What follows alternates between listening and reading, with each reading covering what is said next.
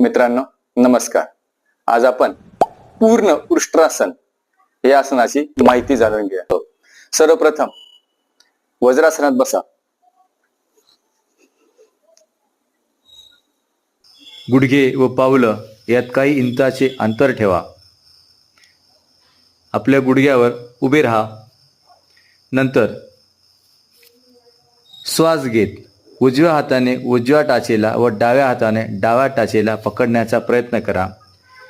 शक्य तेवढे मागे वाका. मागे वाकताना मानेला झटका देऊ नका. सामान्य स्थितीत श्वासोच्छ्वास चालू ठेवा. 10 ते 30 सेकंद थांबा. नंतर श्वास घेत पुन्हा वज्रासनात बसा व शिथिल व्हा.